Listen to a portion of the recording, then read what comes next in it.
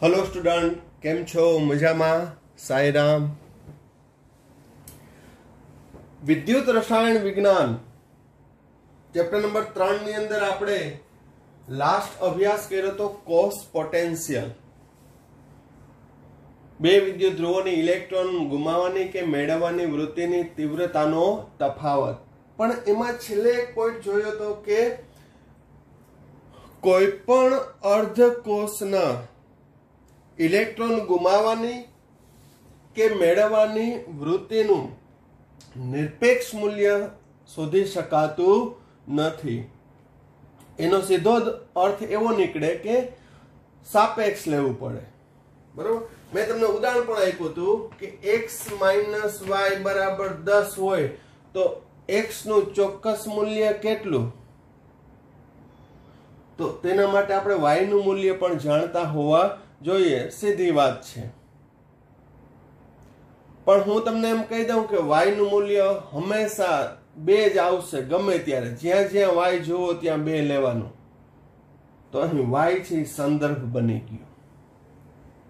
તો તમે પછી z - y બરાબર અહીં 4 લઉં તો તમે z નું મૂલ્ય કહી શકો. m - y બરાબર 6 તો તમે m નું મૂલ્ય શોધી શકો, z નું મૂલ્ય શોધી શકો, x નું, કારણ કે y નું મૂલ્ય તમે જાણો છો. તો x, z, m આ બધા જે મૂલ્ય છે આપણે લઈએ છીએ y ના સંદર્ભમાં લઈએ છીએ. બાકી તો અહીંયા તફાવત જ છે. તો આવી જ રીતે આપણે આમાં પણ કંઈક એવું જ જોશું, એવું જ સિમ્પલ મેથ્સ ભણશું કે સંદર્ભ તરીકે લેવાનું. તો સંદર્ભ તરીકે કેને લેવાનું? તો કે પ્રમાણિત હાઇડ્રોજન વિદ્યુત ધ્રુવ અથવા સંદર્ભ વિદ્યુત ધ્રુવ અથવા પ્રમાણિત હાઇડ્રોજન અર્ધકોષને સંદર્ભ તરીકે લેવામાં આવે છે, કારણ કે એના સંદર્ભમાં અન્ય વિદ્યુત ધ્રુવના ઓક્સિડેશન પોટેન્શિયલ અથવા તો રિડક્શન પોટેન્શિયલ નક્કી કરશું.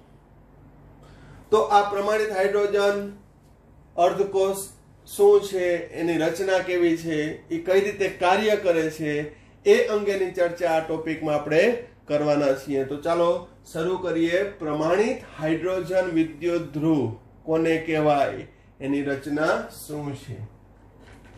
તો પ્રમાણિત હાઇડ્રોજન વિદ્યુત ધ્રુવ એ અન્ય વિદ્યુત ધ્રુવના પોટેન્શિયલના મૂલ્ય નક્કી કરવા માટે સંદર્ભ તરીકે વપરાતો વિદ્યુત ધ્રુવ હોવાથી તેને સંદર્ભ વિદ્યુત ધ્રુવ અથવા રેફરલ કોષ અથવા રેફરલ સેલ કહે છે. તેની રચના કેવી હોય છે? તો એક પાત્રમાં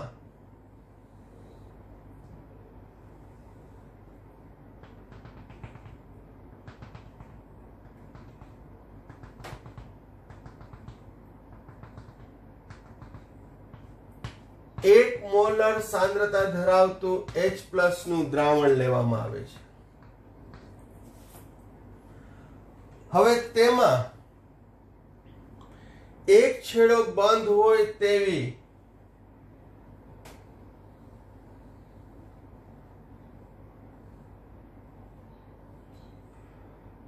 કાચની નળીમાં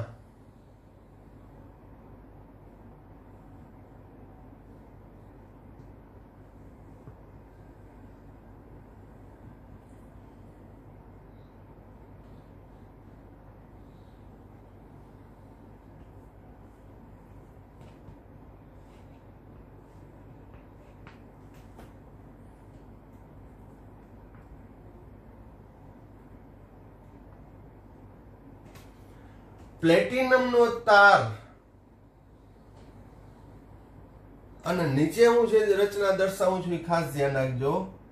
આ પ્લેટિનમ બ્લેકનો ઢોળ ચડાવે પ્લેટિનમની પટ્ટી છે. પ્લેટિનમ બ્લેક PtO2 એ પ્લેટિનમ બ્લેકનો ઢોળ ચડાવેલી પ્લેટિનમની પટ્ટી ને પ્લેટિનમના તાર મારફતે જોડ્યું. હવે બરાબર ધ્યાન રાખજો. અહીંયા મેં શબ્દ વાપર્યો કે બંધ છેડો છે, પણ એકચ્યુઅલી અહીંયા પ્લેટિનમની આ જે પ્લેટ છે એ દ્રાવણના સંપર્કમાં છે, એટલું યાદ રાખજો. પ્લેટિનમ બ્લેકનો ઢોળ ચડાવેલી પ્લેટિનમની પટ્ટી છે એ કેના સંપર્કમાં છે? દ્રાવણના. હવે દ્રાવણ છે એ અંદર નથી જઈ શકતું કારણ કે સીલ પેક છે, પણ અહીં સંપર્કમાં આવશે, એરટાઇટ છે. એમ સમજી લ્યો કે બોલપેન નો આગળનો પોઈન્ટ છે એ આમાં દ્રાવણમાં રાખી દઉં તો એ પોઈન્ટ છે એ પ્લેટિનમ બ્લેક નો ઢોળ ચડાવેલી પ્લેટિનમની પટ્ટી, આ પ્લેટિનમનો તાર, બાહ્ય જોડાણમાં એને કોપર સાથે કર્યું. અહીં એક વાતાવરણ દબાણે ડાયહાઇડ્રોજન વાયુ પસાર કરવામાં આવે છે. તો ઝડપથી આપણે રચના જોઈ જઈએ. શું કે એક પાત્રમાં 1 મોલર સાંદ્રતા ધરાવતું H+ નું દ્રાવણ લઈ તેમાં એક છેડો બંધ હોય તેવી કાચની નળીમાં પ્લેટિનમ બ્લેક નો ઢોળ ચડાવેલી પ્લેટિનમની પટ્ટી, ફરી એકવાર કહી દઉં, પ્લેટિનમની પટ્ટી છે એ કાચ સાથે કોન્ટેક્ટમાં છે પણ એનો પોઈન્ટ ધાર છે એ બારે છે, એના સંપર્કમાં કોણ આવે છે? H+ આયનનું દ્રાવણ. એટલે કોન્ટેક્ટમાં છે પણ દ્રાવણ અંદર નળીમાં નથી જતું અને આજુબાજુ એમાં પારો પણ ભરવામાં આવે છે.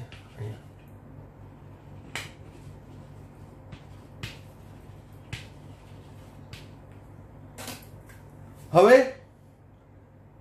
બીજા છેડો જે ખુલ્લો હોય ત્યાંથી એક વાતાવરણ દબાણે છે અને 298 કેલ્વિન તાપમાને ડાયહાઇડ્રોજન વાયુ પસાર કરવામાં આવે છે. તો આને કહેવાય પ્રમાણિત હાઇડ્રોજન અર્ધકોષ. આજે રચના બનીને શું કહેવાય? પ્રમાણિત હાઇડ્રોજન અર્ધકોષ. હવે આ પ્રમાણિત હાઇડ્રોજન અર્ધકોષ છે એને અન્ય અર્ધકોષ સાથે જોડવામાં આવે છે. અન્ય અર્ધકોષ તમે ઝિંક લઈ લ્યો, કોપર લઈ લ્યો, સિલ્વર લઈ લ્યો, મેગ્નેશિયમ લઈ લ્યો, કોઈ પણ અર્ધકોષ તમે જોડી દો તો એ સંપૂર્ણ કોષ બને છે. હવે આ કોષ કાર્ય કઈ રીતે કરે? તો કે જો આ પ્રમાણિત હાઇડ્રોજન અર્ધકોષ એનોડ તરીકે વર્તે, કેના તરીકે વર્તે? એનોડ તરીકે વર્તે તો ડાયહાઇડ્રોજન નું ઓક્સિડેશન થાય. H2 gives to H+. તો ડાયહાઇડ્રોજન નું શું થશે? ઓક્સિડેશન. અને જો એ કેથોડ તરીકે વર્તે તો તેના સંપર્કમાં રહેલા H+ નું, તેના સંપર્કમાં રહેલા H+ નું રિડક્શન થશે. આમ ડાયહાઇડ્રોજન જો એનોડ તરીકે વર્તે તો ઓક્સિડેશન થશે કેનું? H2 નું. અને કેથોડ તરીકે વર્તે તો તેનું રિડક્શન થશે. તો H+ નું રિડક્શન કઈ રીતે થાય? તો કે અહીં ઇલેક્ટ્રોન આવે પ્લેટિનમના તાર મારફતે, ક્યાંથી? એનોડ માંથી કેથોડમાં આવે, અહીંયા સંપર્કમાં H+ છે એટલે ત્યાં ઇલેક્ટ્રોન મેળવી લે, H+ gives H2.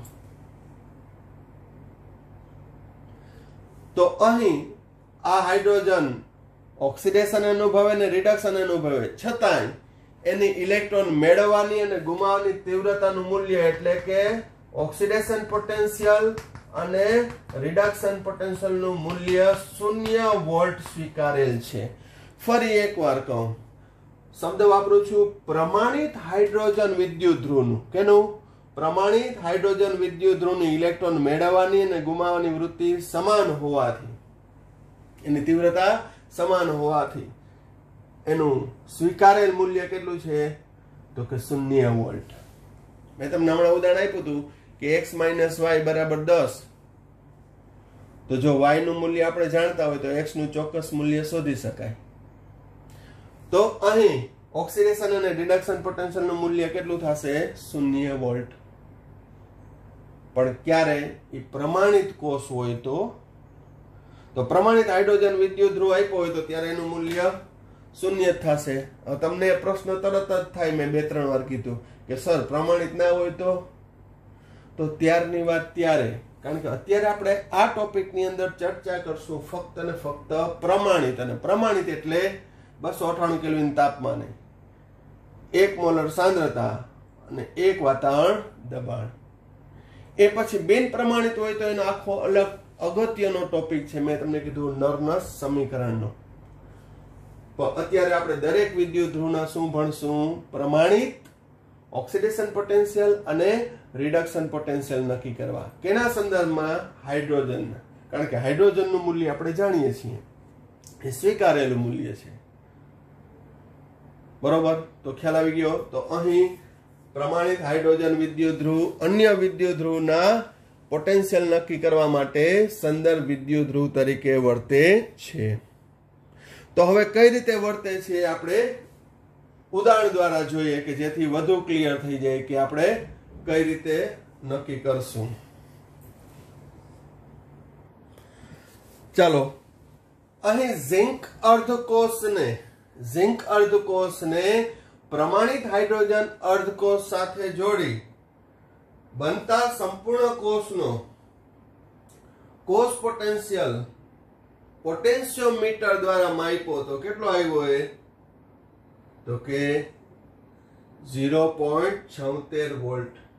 કેટલો આવ્યો? 0.76 વોલ્ટ. હવે બરાબર ધ્યાન રાખજો.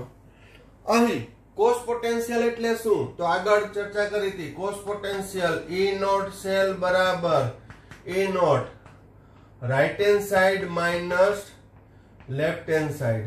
અહીં ઝિંક ડાબી બાજુ છે એટલે એનોડ તરીકે વર્તશે, આ કેથોડ તરીકે વર્તે છે. તો રાઈટ હેન્ડ સાઈડ નો મતલબ E નોટ બરાબર ધ્યાન રાખજો. H plus gives H2. H plus નું રિડક્શન થઈ H2 બનવાની તીવ્રતા ઓછા લેફ્ટ હેન્ડ સાઈડ એટલે E nought Zn plus 2 gives Zn. આનું અર્થઘટન H plus ઇલેક્ટ્રોન મેળવી H2 બનવાની તીવ્રતા ઓછા Zn plus 2 ઇલેક્ટ્રોન મેળવી ઝિંક બનવાની તીવ્રતાનો તફાવત એટલે કોષ પોટેન્શિયલ. હવે આવું હું બોલું ને એટલે તરત જ ઘણાને એવો પ્રશ્ન ઉપસ્થિત થઈ જાય કે સર ઝિંક તો ઓક્સિડેશન અનુભવે, તો કેમ? તો ફરી પાછી મારે વ્યાખ્યા એને કહેવી પડે કે E નોટ સેલ કોષ પોટેન્શિયલ, પ્રમાણિત કોષ પોટેન્શિયલની વ્યાખ્યા શું? તો કે પ્રમાણિત કોષ પોટેન્શિયલ એટલે બે વિદ્યુત ધ્રુવોની ઇલેક્ટ્રોન મેળવવાની વૃત્તિની તીવ્રતાનો તફાવત અથવા ઇલેક્ટ્રોન ગુમાવવાની વૃત્તિની તીવ્રતાનો તફાવત. તો અહીં કાં તો આપણે બંનેની ઇલેક્ટ્રોન મેળવવાની વૃત્તિની તીવ્રતા હોય અથવા તો ગુમાવવાની વૃત્તિની તીવ્રતા હોય, એ બેનો તફાવત હોય. પછી એમાં મૂંઝાવણ નહીં, સર આ તો ઝિંક તો ઓક્સિડેશન અનુભવે, કાંઈ વાંધો નહીં, પણ અહીં મેળવવાની વૃત્તિની તીવ્રતા અથવા ગુમાવવાની વૃત્તિની તીવ્રતા બે મેં સૂત્ર કરાવ્યા અને હજી એક ત્રીજું સૂત્ર કરાવીશ. એનોડની ગુમાવવાની અને કેથોડની મેળવવાની વૃત્તિનો સરવાળો એટલે કોષ પોટેન્શિયલ થશે. શું? કોષ પોટેન્શિયલ હજી ત્રીજું સૂત્ર હાલો બોલાઈ ગયું તો લખી નાખું. શું? E naught oxidation potential of anode plus reduction potential of cathode. એનોડની ઇલેક્ટ્રોન મેળવવાની વૃત્તિ અને કેથોડની ઇલેક્ટ્રોન ગુમાવવાની વૃત્તિની સરવાળો તફાવતની એનો સરવાળો એટલે કોષ પોટેન્શિયલ થશે. ખ્યાલ આવી ગયો? તો પણ વ્યાપક રીતે IUPAC માં શું આવશે? Reduction potential cathode minus anode. તો હવે મૂળ વાત ઉપર આવીએ. તો E નોટ સેલ છે એ કેટલો મળ્યો? 0.76. પ્રશ્ન એક એક જે થાય એનો હું તમને બધા પ્રશ્નો બેસાડી દઈશ વિથ સેટિસ્ફેક્ટરી. 0.76 કેમ મળ્યો? તો કે ભાઈ પોટેન્શિયોમીટર દ્વારા, ફિઝિક્સ લેબમાં જશો ત્યારે પોટેન્શિયોમીટર દ્વારા તમે માપી શકશો. સમજાણું? એટલે એ ચિંતા ના કરતા કે આ રીતે શું ઝિંક અર્ધકોષ, પ્રમાણિત ઝિંક અર્ધકોષને હાઇડ્રોજન અર્ધકોષ સાથે જોડી દીધો અને એનો પોટેન્શિયોમીટર દ્વારા પોટેન્શિયલ માપ્યો. કેટલો આવ્યો? 0.76. પ્રમાણિત હાઇડ્રોજનનો રિડક્શન પોટેન્શિયલ કેટલો? 0. પ્રમાણિત હોય એટલે 0 minus E nought Zn plus 2 gives સદરૂપ આપો E nought Zn plus 2 gives Zn minus 0.76 volt. આ શું છે? પ્રમાણિત ઝિંક અર્ધકોષનો રિડક્શન પોટેન્શિયલ. હવે એનો ઓક્સિડેશન પોટેન્શિયલ લખવો હોય તો E nought Zn gives Zn plus 2. Zn માંથી Zn plus 2 બને એટલે ઓક્સિડેશન થયું કહેવાય. લેફ્ટ ટુ રાઈટ રિડક્શન છે, લેફ્ટ ટુ રાઈટ ઓક્સિડેશન છે. રિડક્શન ઓક્સિડેશન પોટેન્શિયલ ના મૂલ્ય સમાન પણ સાઇન વિરુદ્ધ. આ માઇનસ છે તો આ પ્લસ 0.76 વોલ્ટ.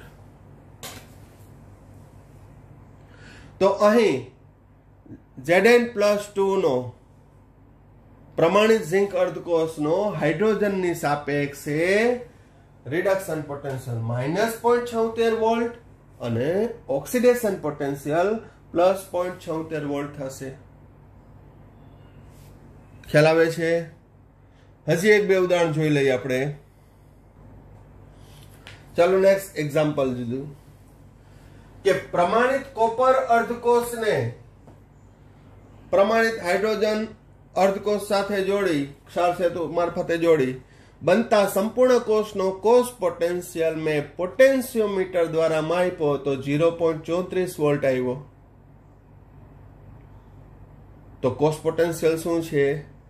બે વિદ્યુત ધ્રુવોની ઇલેક્ટ્રોન મેળવવાની વૃત્તિની તીવ્રતાનો તફાવત અથવા મેળવવાની વૃત્તિની તીવ્રતાનો તફાવત કે ગુમાવવાની વૃત્તિની તીવ્રતાનો તફાવત છે. હવે અહીં E નોટ સેલ બરાબર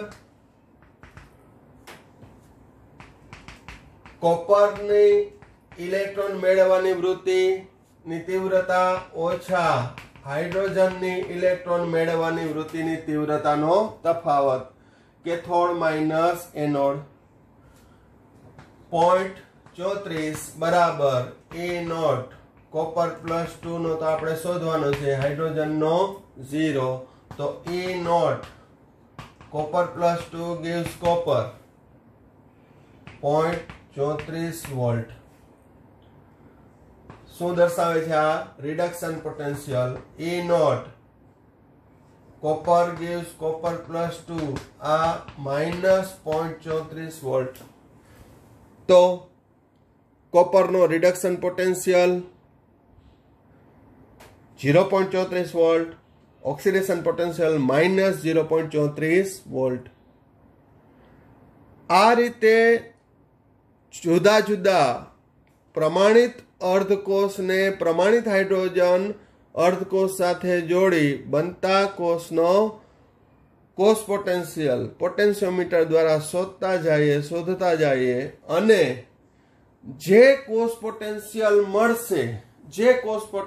મળશે એ બીજા વિદ્યુત ધ્રુવના રિડક્શન કે ઓક્સિડેશન પોટેન્શિયલના મૂલ્ય જેટલું જ હશે. કારણ કે હાઇડ્રોજનનો તો દર વખતે કેટલો લેવાનો છે આપણે? 0 જ. હજી એક બે એક્ઝામ્પલ આપણે લઈ લઈએ.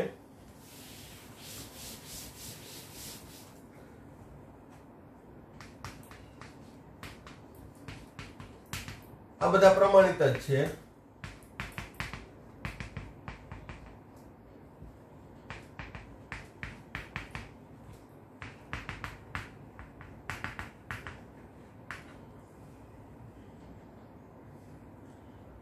E નોટ સેલ બરાબર E nought Ag plus 1 Ag minus E nought H plus gives H2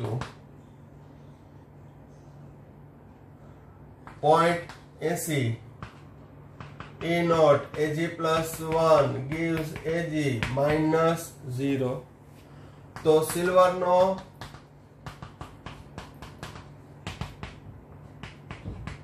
reduction potential કેટલો આવ્યો? Ag plus 1 gives Ag 0.80. હવે બરાબર સાંભળજો.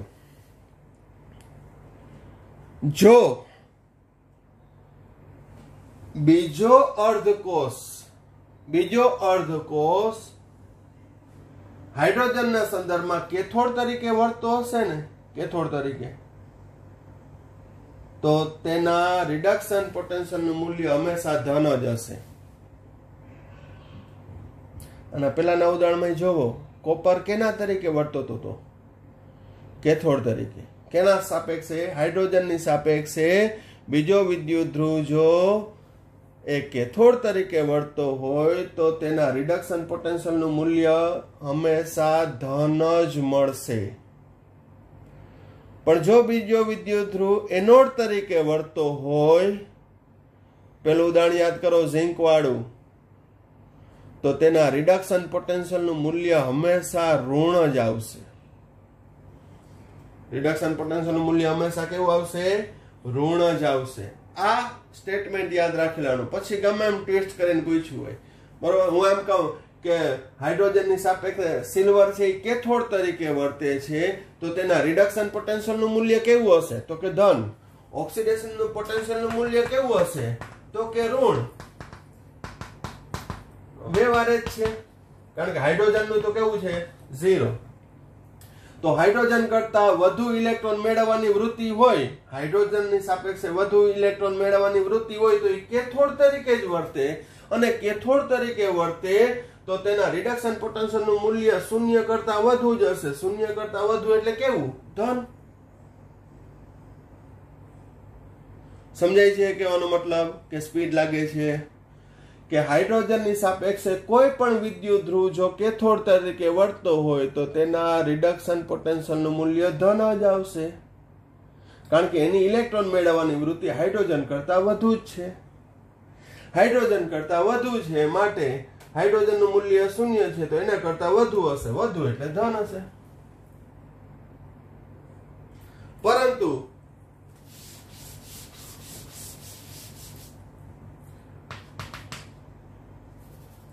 Zn plus 2 H plus H2 PT આમાં E નોટ સેલનું મૂલ્ય 0.76 વોલ્ટ.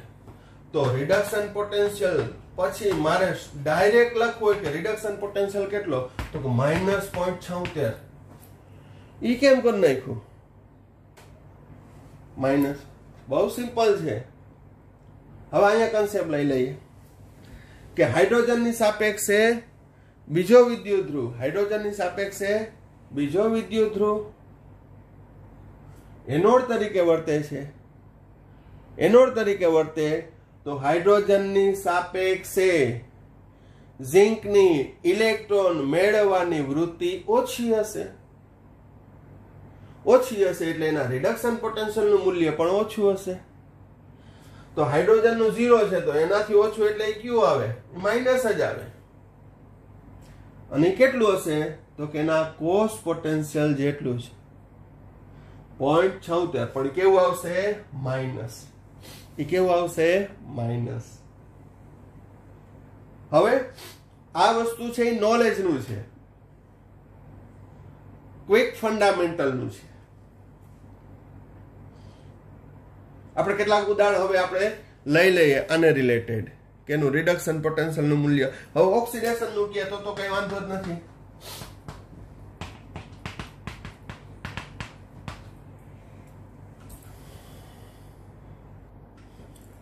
ચાલો હવે 3 ઉદાહરણ એવા 30 આપું તો કઈ ફેર ના પડે. કારણ શું? તો કે એક એક્ઝામ્પલ ની અંદર છે આપણે સ્ટ્રાઇક થઈ જવી જોઈએ. આપેલ અર્ધકોષના મેગ્નેશિયમ છે એને હાઇડ્રોજન સાથે જોડ્યો છે, પ્રમાણિત કોષ છે.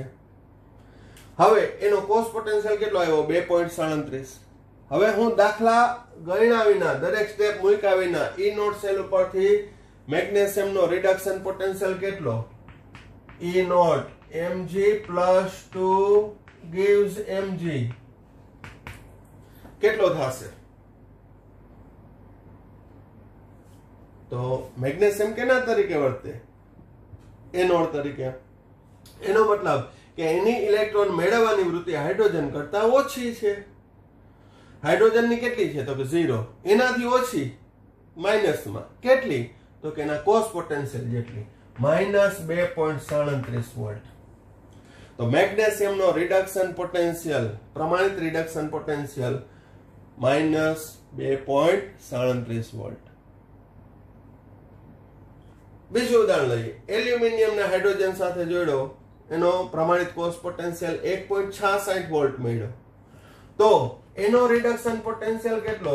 Al+3 રિડક્શન પામી Al બનવાની તીવ્રતા તો કે -1.66 વોલ્ટ. હાઇડ્રોજનનો તો 0 છે, પણ માઇનસ પ્લસ કેમ ખબર પડે? તો હવે ખબર પડી જવી જોઈએ કે હાઇડ્રોજનની સાપેક્ષે બીજો વિદ્યુત ધ્રુવ એનોડ તરીકે વર્તે તો રિડક્શન પોટેન્શિયલ ઋણ જ હશે, ઓક્સિડેશન ધન હશે. પછી તો ગમે એમ પૂછે ટ્વિસ્ટ કરીને, પણ આ કન્સેપ્ટ ખબર હોવી જોઈએ. પહેલા કયું? રિડક્શન પોટેન્શિયલ ઋણ હશે. છેલ્લામાં જોઈએ, હાઇડ્રોજનની સાપેક્ષે ક્લોરીન અર્ધકોષ કેથોડ તરીકે વર્તે, એનો મતલબ કે ક્લોરીનની ઇલેક્ટ્રોન મેળવવાની વૃત્તિ વધુ છે. તો ક્લોરીનનો રિડક્શન પોટેન્શિયલ, હવે reduction potential Cl2 gives Cl -1. ઋણમાં રાઈટ ટુ લેફ્ટ આવે, રાઈટ ટુ લેફ્ટ ઋણમાં. તો Cl2 માંથી Cl -1 બનવાની તીવ્રતા એટલે કે રિડક્શન પોટેન્શિયલ કેટલું? +1.36 વોલ્ટ. કેમ? તો કે ક્લોરીન અહીં કેથોડ તરીકે વર્તે, એટલે વ્યાપક રીતે હાઇડ્રોજનની સાપેક્ષે બીજો વિદ્યુત ધ્રુવ કેથોડ તરીકે વર્તે તો તેના રિડક્શન પોટેન્શિયલનું મૂલ્ય ધન હશે, અને એનોડ તરીકે વર્તે તો ઋણ હશે. બસ આ સ્ટેટમેન્ટ યાદ રાખી લ્યો. પછી વાક્ય રચના ગમે એમ ટ્વિસ્ટ કરીને પૂછી લેવાની છૂટ. પહેલા આવેલા ક્યુ કેથોડ તરીકે વર્તે તો રિડક્શન પોટેન્શિયલ ધન, બીજો વિદ્યુત ધ્રુવ એનોડ તરીકે વર્તે તો રિડક્શન પોટેન્શિયલ ઋણ. પછી વાક્ય રચના બદલીને ગમે એમ પૂછે તો આપણે ચિંતા કરવાની જરૂર છે નહીં. ખ્યાલ આવે છે? Okay, very good.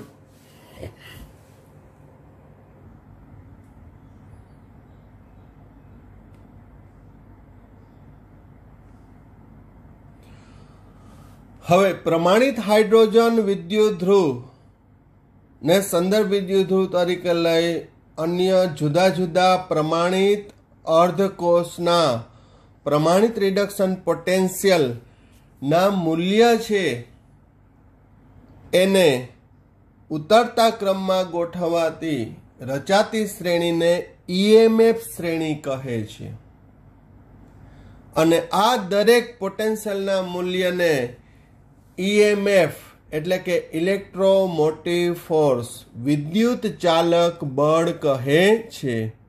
તો અહીં તમે જોઈ શકો કે જુદા જુદા અર્ધકોષના પ્રમાણિત રિડક્શન પોટેન્શિયલના મૂલ્યનો ઉતરતો ક્રમ આપ્યો છે, જેમાં તમને સૌથી વધુ જોવા મળશે ફ્લોરિનનો રિડક્શન પોટેન્શિયલ સૌથી વધુ છે 2.87. એનાથી ઓછો કોબાલ્ટ+3 માંથી કોબાલ્ટ+2 બનવાનું. છેલ્લે સૌથી ઓછો રિડક્શન પોટેન્શિયલ અથવા સૌથી વધુ ઋણ મૂલ્ય મોટું કેનું છે? લિથિયમનું, જે આપણે એસ વિભાગમાં પણ ભણી ગયા છીએ. તો સૌથી ઇલેક્ટ્રોન મેળવવાની વૃત્તિ ઓછી કેની છે? લિથિયમ+1ની. એના રિડક્શન પોટેન્શિયલનું ઋણ મૂલ્ય સૌથી વધુ છે. તો અહીં આ શ્રેણી ઉપરથી કઈ કઈ માહિતી મળે? તો આ શ્રેણી ઉપરથી તમે જ્યારે એ પોઈન્ટ આઉટ આપણે કરીએ ત્યારે કમ્પેરિઝન કરતા જાજો કે આ EMF શ્રેણી ઉપરથી કઈ માહિતી મળે. તો ચાલો એ જોઈએ આપણે. હવે EMF અને EMF શ્રેણી કેને કહેવાય? તો EMF એટલે જ્યારે કોઈ પણ પ્રમાણિત અર્ધકોષના રિડક્શન પોટેન્શિયલનું મૂલ્ય જો પ્રમાણિત હાઇડ્રોજન વિદ્યુત ધ્રુવના સંદર્ભમાં માપવામાં આવે તો તેને કહેવામાં આવે છે ઇલેક્ટ્રોમોટિવ ફોર્સ, વિદ્યુત ચાલક બળ અથવા EMF. અને આ EMF ના મૂલ્યને ઉતરતા ક્રમમાં ગોઠવવાથી રચાતી શ્રેણીને શું કહેવાય? EMF શ્રેણી, જે મેં હમણાં ટેક્સ્ટબુકની અંદર તમને બતાવી.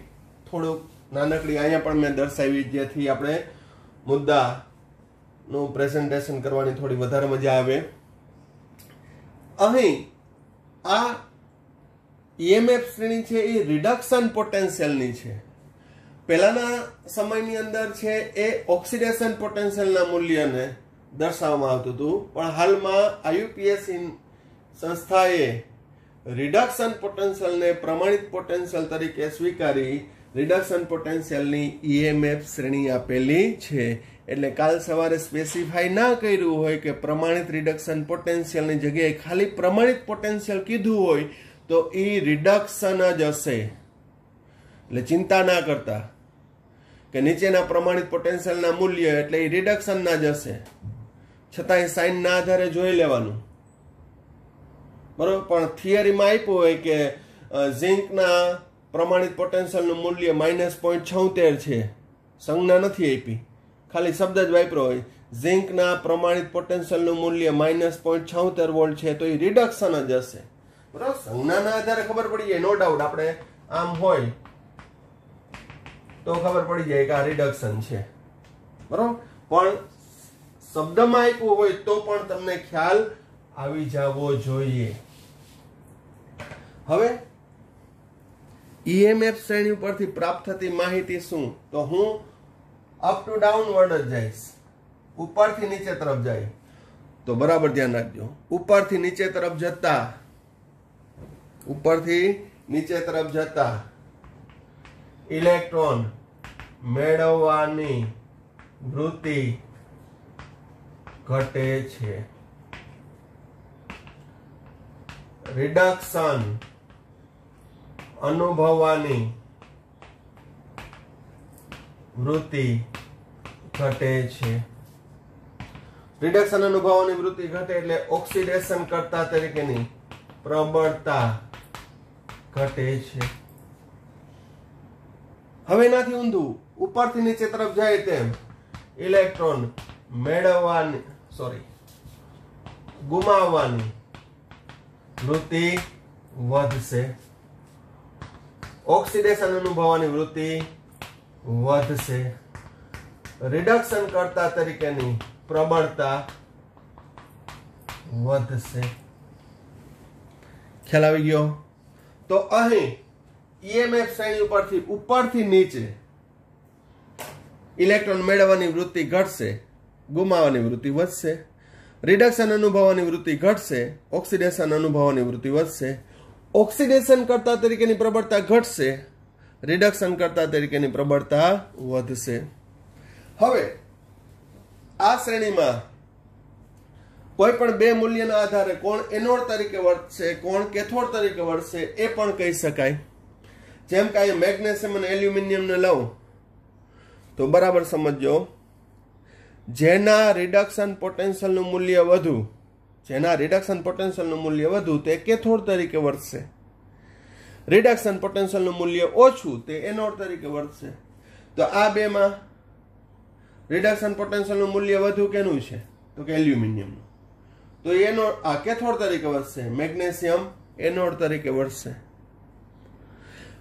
હવે હાઇડ્રોજન સિવાય કોઈ પણ બે અર્ધ કોષને જોડી બનતા સંપૂર્ણ કોષનો કોષ પોટેન્શિયલ પણ આ શ્રેણીની મદદથી શોધી શકાય છે. તો આપણે કેટલાક દાખલા પણ જોઈ લઈએ એટલે સંપૂર્ણ કોષના પ્રમાણિત કોષ પોટેન્શિયલનું મૂલ્ય પણ શોધી શકીએ.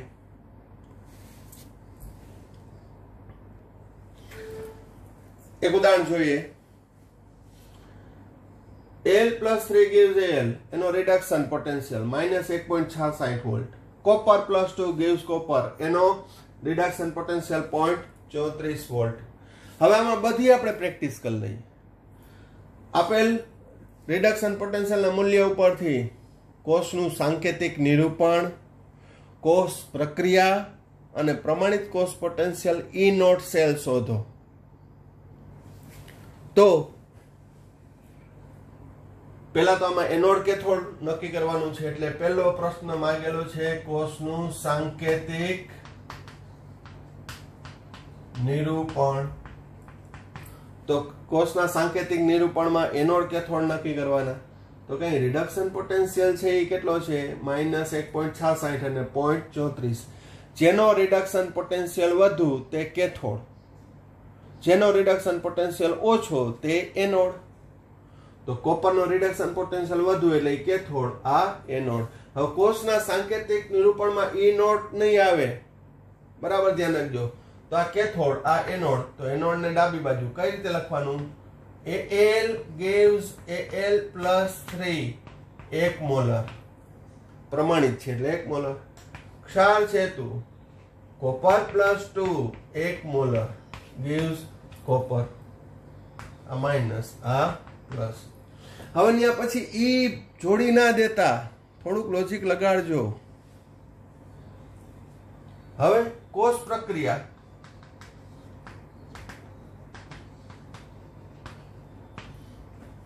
લેફ્ટ ટુ રાઈટ, L માંથી L પ્લસ 3 બને, left to right copper plus 2 માંથી કોપર બને.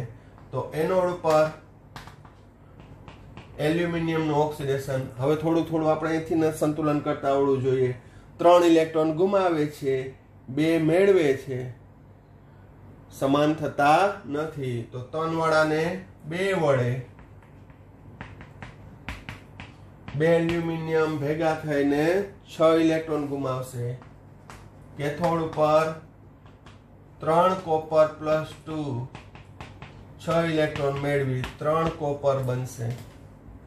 એટલે જ મેં પેલા આ એક્ઝામ્પલ લીધું. સંપૂર્ણ કોષ પ્રક્રિયા 2 Al વત્તા 3 copper plus 2 gives 2 Al plus 3 વત્તા 3 કોપર. વિનિમય પામતા ઇલેક્ટ્રોનની સંખ્યા 6. આવું બધું કામ આવશે આના પછીના પોઈન્ટમાં. કોષ પોટેન્શિયલ, સોરી, પ્રમાણિત કોષ potential E nought cell. E nought reduction potential of, એકવાર સૂત્ર લખું, cathode minus reduction potential of anode. E nought reduction potential of cathode એટલે કે copper plus 2 gives copper. Anode Al plus 3 gives Al. 0.34 minus minus plus 1.66. તો માટે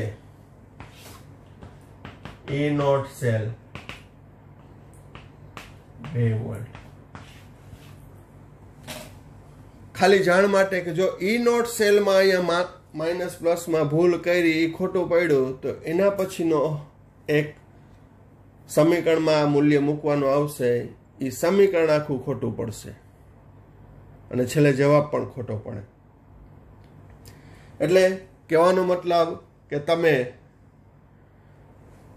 સાદુરૂપ આપવામાં, સંજ્ઞા મૂકવામાં, એ બધામાં કાળજીપૂર્વક મૂકજો. આ દાખલાને નેક્સ્ટ લેક્ચરમાં આપણે વધુ કન્ટિન્યુ કરશું. આવા ઘણા બધા દાખલાની પ્રેક્ટિસ કરાવી પછી જ હું નવો પોઈન્ટ સ્ટાર્ટ કરીશ. ત્યાં સુધી તમને માઇન્ડમાં બેસી ના જાય. આમ તો બેસી ગયો હશે. તમે તમારી રીતે EMF શ્રેણીમાંથી કોઈ પણ 2 મૂલ્ય લઈ અને આ રીતના પ્રેક્ટિસ કરી શકો. અત્યારે કાંઈ નહીં તો ધાતુની લઈ લેવાની, સિલ્વર ને નિકલ ને કોબાલ્ટ ને ઝિંક ને, એ બેના કોમ્બિનેશન લેવા. તમે ખુદે પ્રેક્ટિસ કરી શકો. હું તો મારી રીતે અહીંયા ગણાવીશ જ, પણ તમે તમારી રીતે પણ EMF શ્રેણીમાંથી અત્યારે જાણીતા લેવાના. મેગ્નેશિયમ ને એલ્યુમિનિયમ ને કેલ્શિયમ ને પોટેશિયમ ને ક્લોરીન ને બ્રોમિન ને, આ રીતે પ્રેક્ટિસ કરવાની. શું? સાંકેતિક નિરૂપણ, કોષ પ્રક્રિયા અને પ્રમાણિત કોષ પોટેન્શિયલ E નોટ સેલ શોધવાનું. તો આ રીતે તમે કરજો. Okay, thank you. નેક્સ્ટ પીરિયડમાં વધુ પ્રેક્ટિસ કરશું.